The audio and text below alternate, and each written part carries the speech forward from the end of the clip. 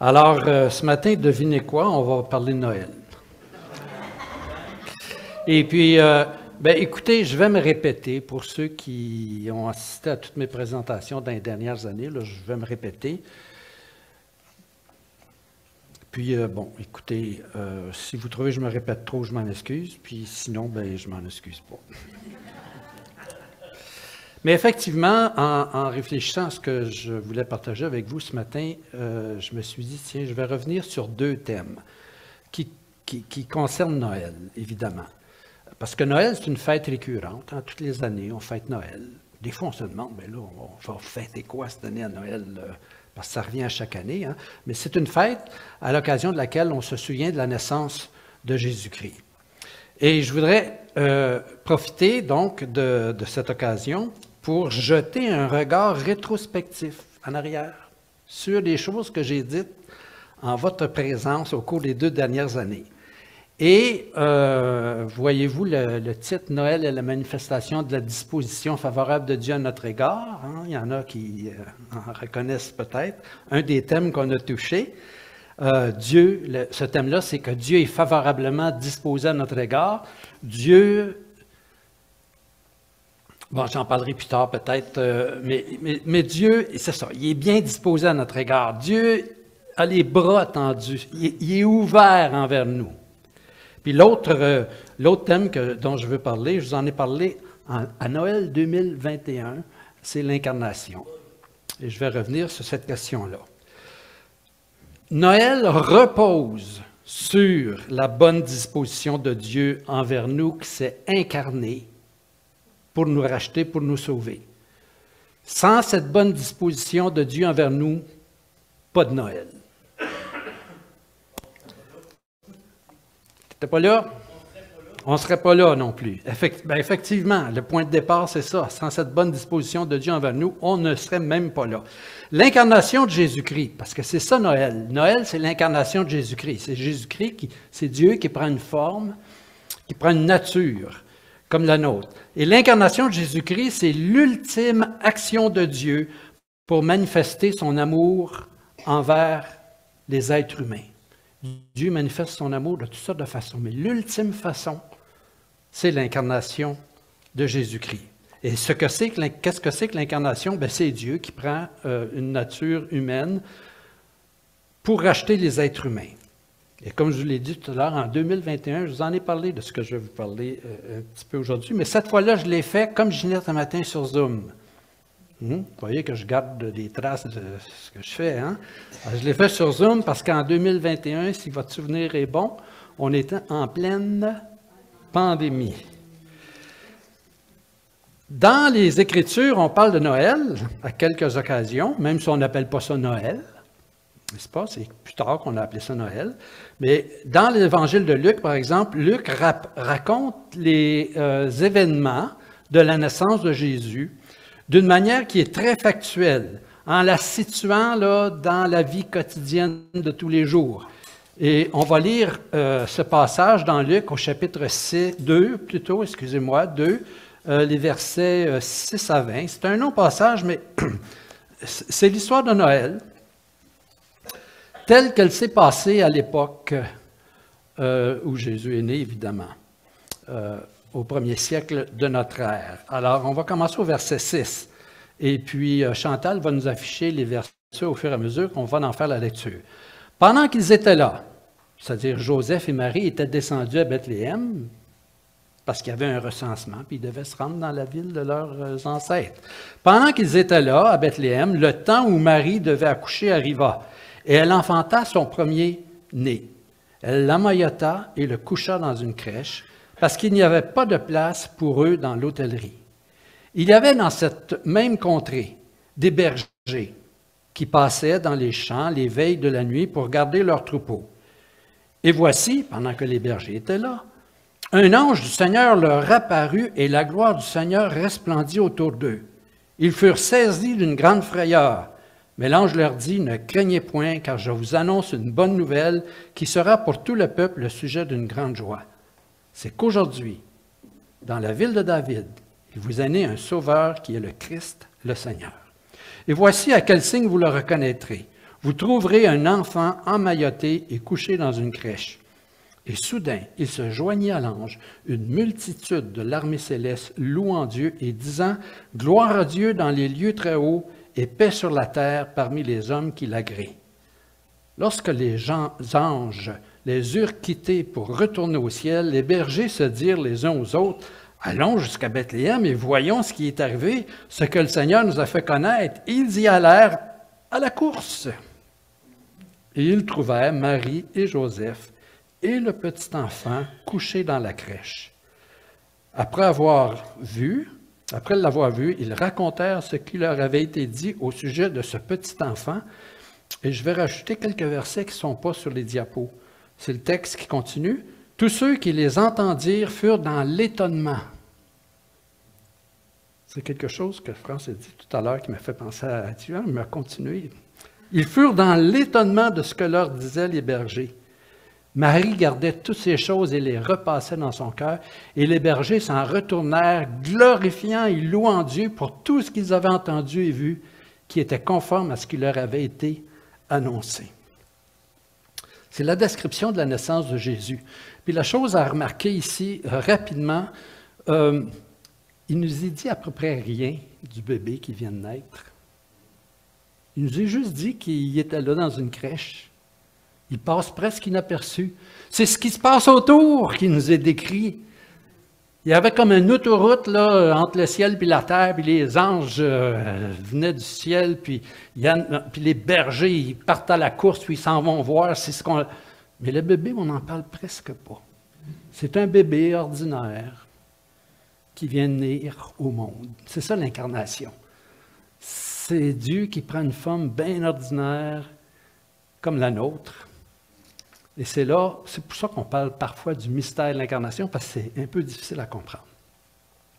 L'apôtre Jean prend une toute autre approche quand il nous parle de l'incarnation. Dans le prologue de l'évangile de Jean, dans l'évangile de Jean au chapitre 1, l'apôtre Jean, ou l'évangéliste Jean, qui sont la même personne, nous parle de cet événement-là, mais d'une toute autre perspective. Voici ce qu'il dit. « Au commencement était la parole. » Alors, voyez-vous, lui, il ne part pas là, il ne part pas à Bethléem dans son récit. Il part avant la création du monde. Au commencement était la parole. La parole, c'est Jésus-Christ, la parole de Dieu qui est identifiée à Jésus-Christ. Au commencement était la parole, et la parole était avec Dieu, et la parole était Dieu. Elle était au commencement avec Dieu. Toutes choses ont été faites par elle. Rien de ce qui a été fait n'a été fait sans elle. En elle était la vie, et la vie était la lumière des hommes. Bon, on pourrait lire tout ce texte-là, mais on va sauter quelques versets, simplement pour aller au verset 14 plutôt. Et la parole, qui était au commencement avec Dieu, qui était Dieu, qui a créé toutes choses, et il n'y a rien qui a été créé sans Jésus-Christ.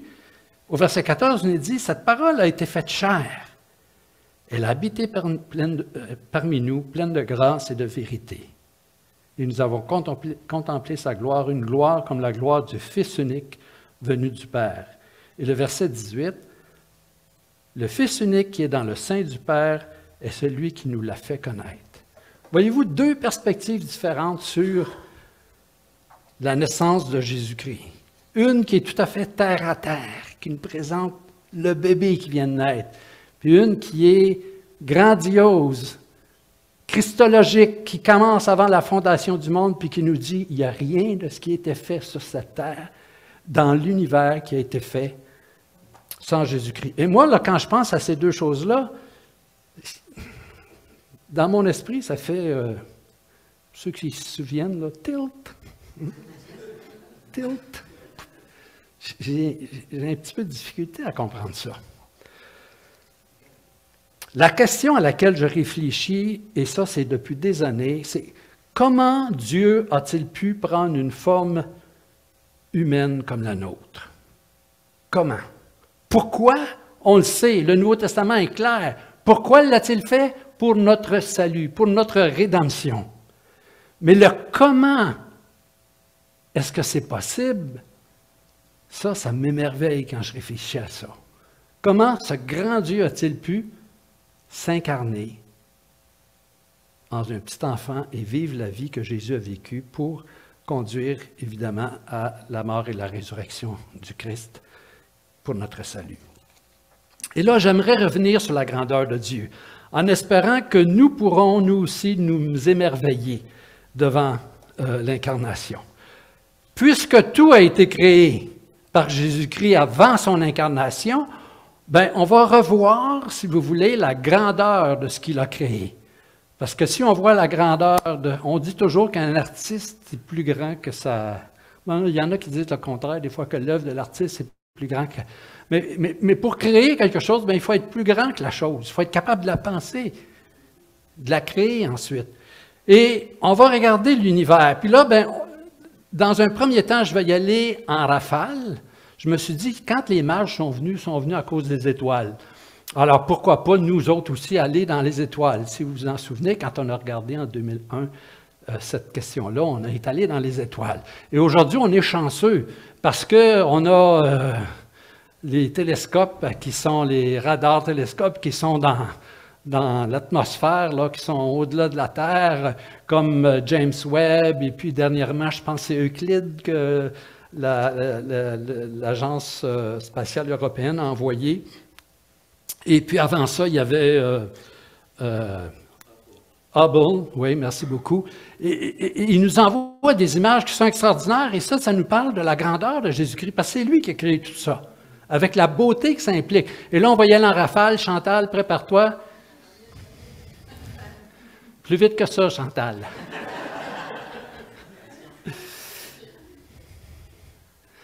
Regardez, ça c'est une des images qui nous a été envoyée. On peut la trouver sur le site de la NASA. C'est le quintet de Stéphane. C'est un groupe de 5 galaxies en réalité. Bon, moi, je ne le commenterai pas. Mais c'est juste montrer la beauté et la grandeur de ces choses-là. On continue, Chantal. Ça, c'est la Voie lactée. La Voie lactée, nous, on habite dans ça. Hein? La Voie lactée, il y a à peu près 200-400 milliards d'étoiles. 200-400 milliards d'étoiles. Le Soleil, là, c'est une de ces étoiles-là. Puis nous, on vit dans le système solaire, c'est-à-dire dans les planètes qui sont autour de tout ça. Mais des étoiles comme le Soleil, il y en a de 200 à 400 milliards dans juste la Voie lactée. Ça. Retenez ça tout à l'heure, vous allez voir l'immensité de l'univers.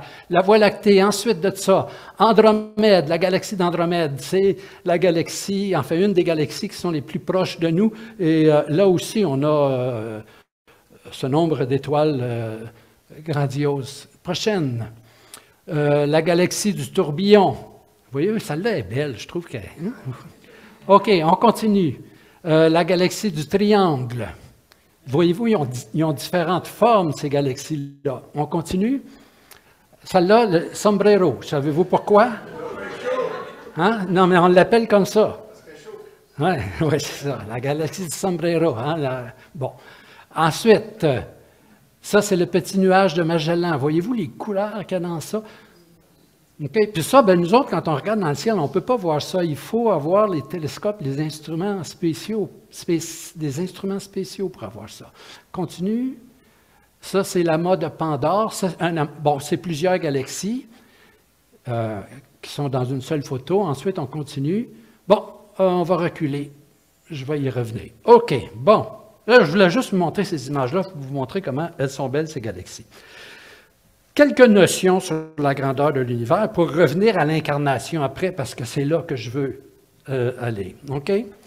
Donc, qu'est-ce que c'est qu'une galaxie? Je vous ai dit 200 à 400 milliards d'étoiles dans une galaxie. Là, c'est extrêmement grand. Mais les galaxies, c'est un ensemble d'étoiles, de planètes, de gaz et de poussières interstellaires qui sont rassemblées ensemble sous l'effet de la gravitation. Hein. Ils sont tenus ensemble parce qu'ils s'attirent les uns les autres, puis ils restent ensemble. Bon, dans une galaxie, il y a des milliards d'étoiles.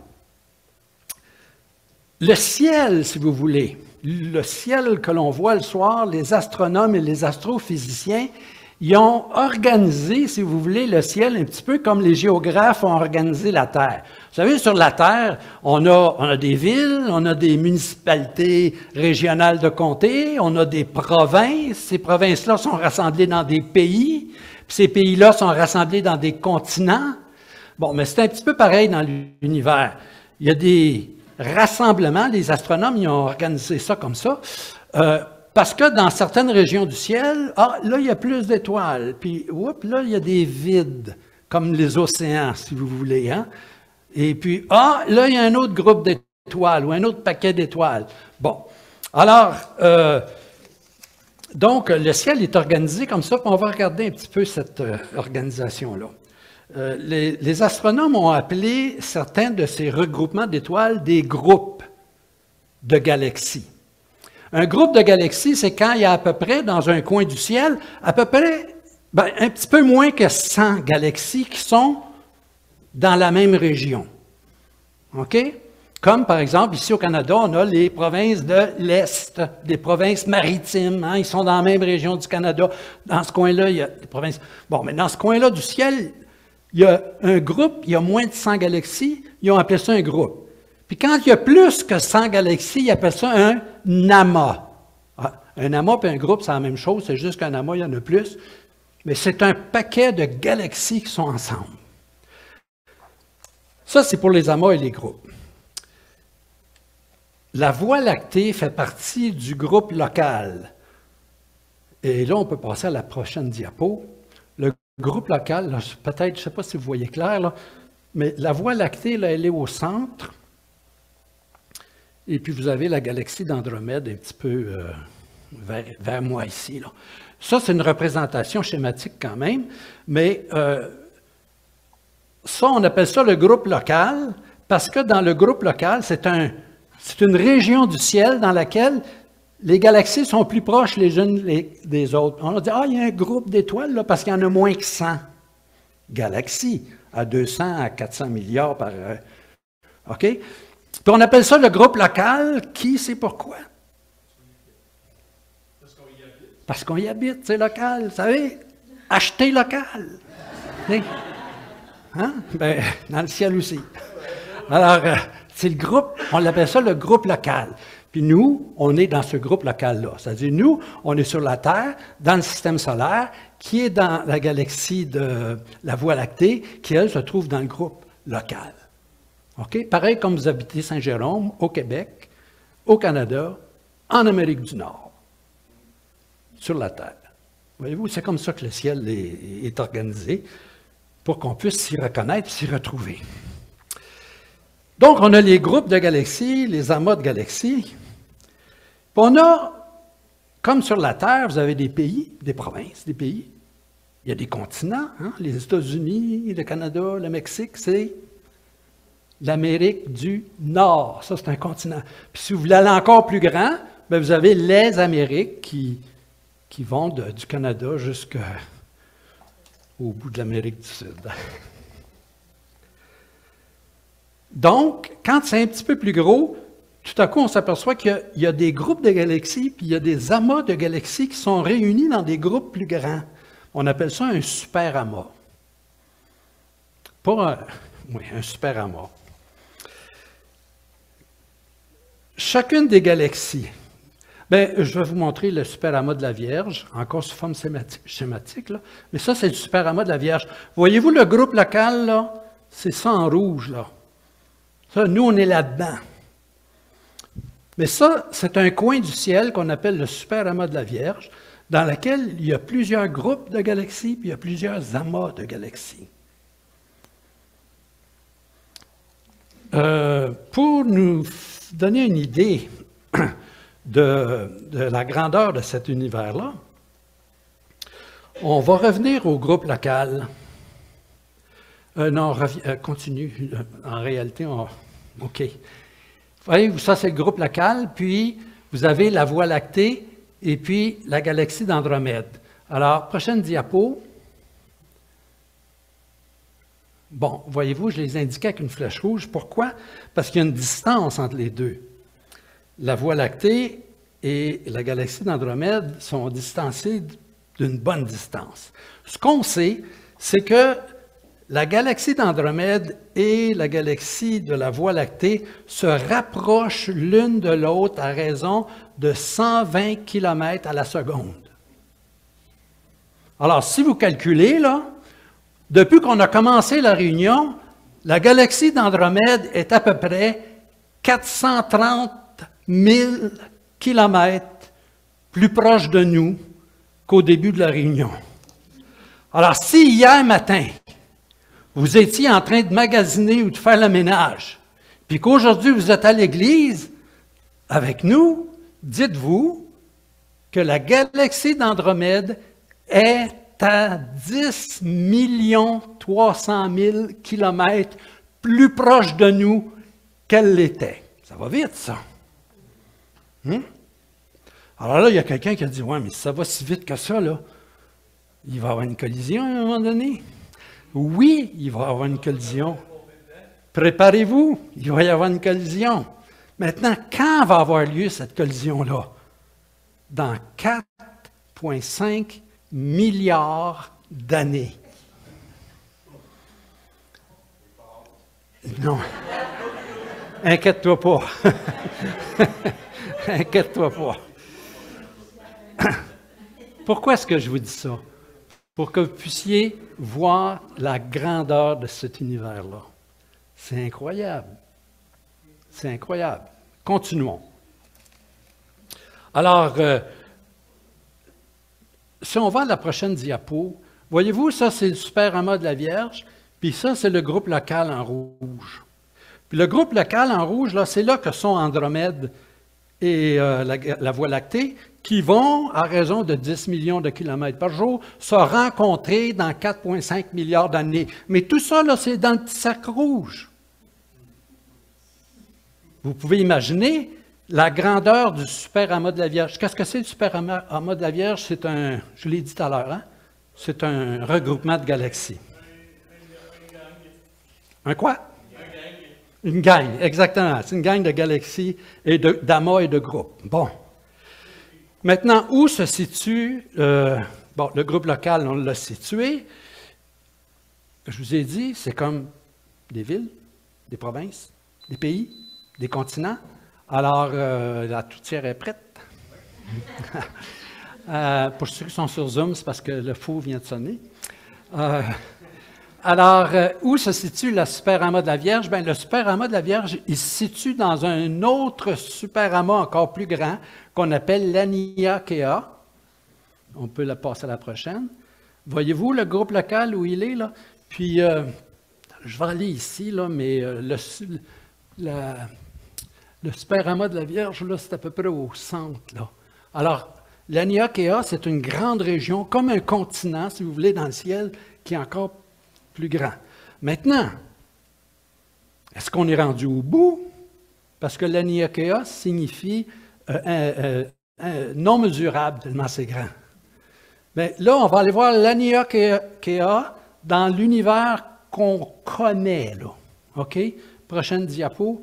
En jaune, là, c'est l'Aniakea. Et ça, là, c'est l'univers qu'on connaît. Puis, nous, là, le groupe local, la Voie lactée, la Terre, le système solaire, la Terre, regardez où est-ce qu'on est. La prochaine. Voilà, on est là. Dans ce petit point rouge-là, il y a deux grandes galaxies qui ont des milliards d'étoiles qui se rapprochent l'une de l'autre à raison de 10 millions de kilomètres par jour, puis ça va leur prendre 4,5 milliards d'années pour se rencontrer. Et tout ça, là, c'est à l'intérieur du petit point rouge. Imaginez-vous le reste de l'univers. Rien de ce qui a été fait n'a été fait sans Jésus-Christ. C'est lui qui est le créateur de l'univers. Maintenant, on est à Noël. Ben, je vais aller vous citer un psaume. Ah, je le lis même en diapositive, regardez. Les cieux racontent la gloire de Dieu, l'étendue manifeste l'œuvre de ses mains. Voici les cieux et les cieux ne peuvent te contenir. Les cieux ne peuvent pas contenir la grandeur de Dieu. Pourquoi est-ce que je parle de ça? Parce que Dieu qui s'est incarné, là, c'est lui qui a créé ça. Et quand on dit que Dieu est favorablement bien disposé à notre égard, c'est ce Dieu-là. C'est ce Dieu-là qui nous aime, qui est favorablement disposé envers nous et qui est favorablement disposé envers toi et moi. Comment est-ce qu'il a été possible pour Dieu, qui est si grand, de s'incarner? Quant à moi, je vous dirais que je trouve impossible de répondre à cette question-là. Cependant, la grandeur du mystère de l'incarnation, quand je réfléchis à ce qu'on vient de voir ce matin, ça me rappelle que le mystère de l'incarnation manifeste l'immensité de la bonne disposition de Dieu envers nous. Pour que Dieu fasse cela, s'incarner, il fallait qu'il tienne à nous. Il fallait qu'il m'aime, qu'il t'aime et qu'il se dise, je vais faire ça parce que je suis attaché à Marc, à Monique, à Céline et je veux être en communion avec eux. Cet amour de Dieu envers nous, ce désir de Dieu que nous nous tournions vers lui, c'est le thème qui traverse l'ensemble des Écritures et qui se manifeste le plus grandiosement, je ne sais pas si ça se dit, mais en tout cas, vous comprenez l'idée, à Noël, lorsque Dieu s'incarne. La dernière fois que j'étais avec vous, vous rappelez-vous, on a parlé de la chute, Genèse chapitre 3, Adam et Ève qui ont péché, puis que Dieu se met à la recherche d'Adam et Ève, puis il dit, où êtes-vous? Où es-tu, Adam? Il n'attend pas qu'Adam vienne. Il y va. Dieu n'a pas attendu qu'on se tourne vers lui. Il est venu vers nous. Il s'est incarné. Il nous appelle. Il nous a appelés. On a répondu. Il nous appelle encore. Ce Dieu-là veut être en communion avec nous. Ce n'est pas n'importe qui. Les prophètes en ont parlé. Jésus en a parlé. On a parlé la dernière fois encore de la parabole du bon berger, vous rappelez-vous? Il sent brebis qui rentre au bercail le soir, puis le berger s'aperçoit qu'il en manque une. Il s'en va la chercher. C'est ça que Dieu a fait avec nous. L'incarnation, c'est ça. C'est Jésus qui quitte cette communion intense avec son Père, ce monde grandiose dans lequel il était, pour prendre une forme comme la nôtre, pour venir chercher cette brebis qui est perdue. Bonjour et bienvenue parmi nous. Quand je considère la grandeur de l'univers, qui met en évidence la grandeur de Dieu, quand je pense à l'incarnation de Jésus-Christ, quand je pense à ce que Dieu a fait pour nous, pour moi, pour toi, le résultat, c'est que je m'émerveille. Est-ce que je comprends? Non. Il y a des affaires que je comprends, là. Des affaires que je ne comprends pas. Je ne comprends pas, mais je m'émerveille. Je m'émerveille. Ceux qui me connaissent, savez que je ne suis pas un gars trop émotif. Mais ça, là, ça m'émerveille. Et je suis reconnaissant. Et l'émerveillement et la reconnaissance, ce sont les deux choses qui sont à la base de notre louange. Joyeux Noël.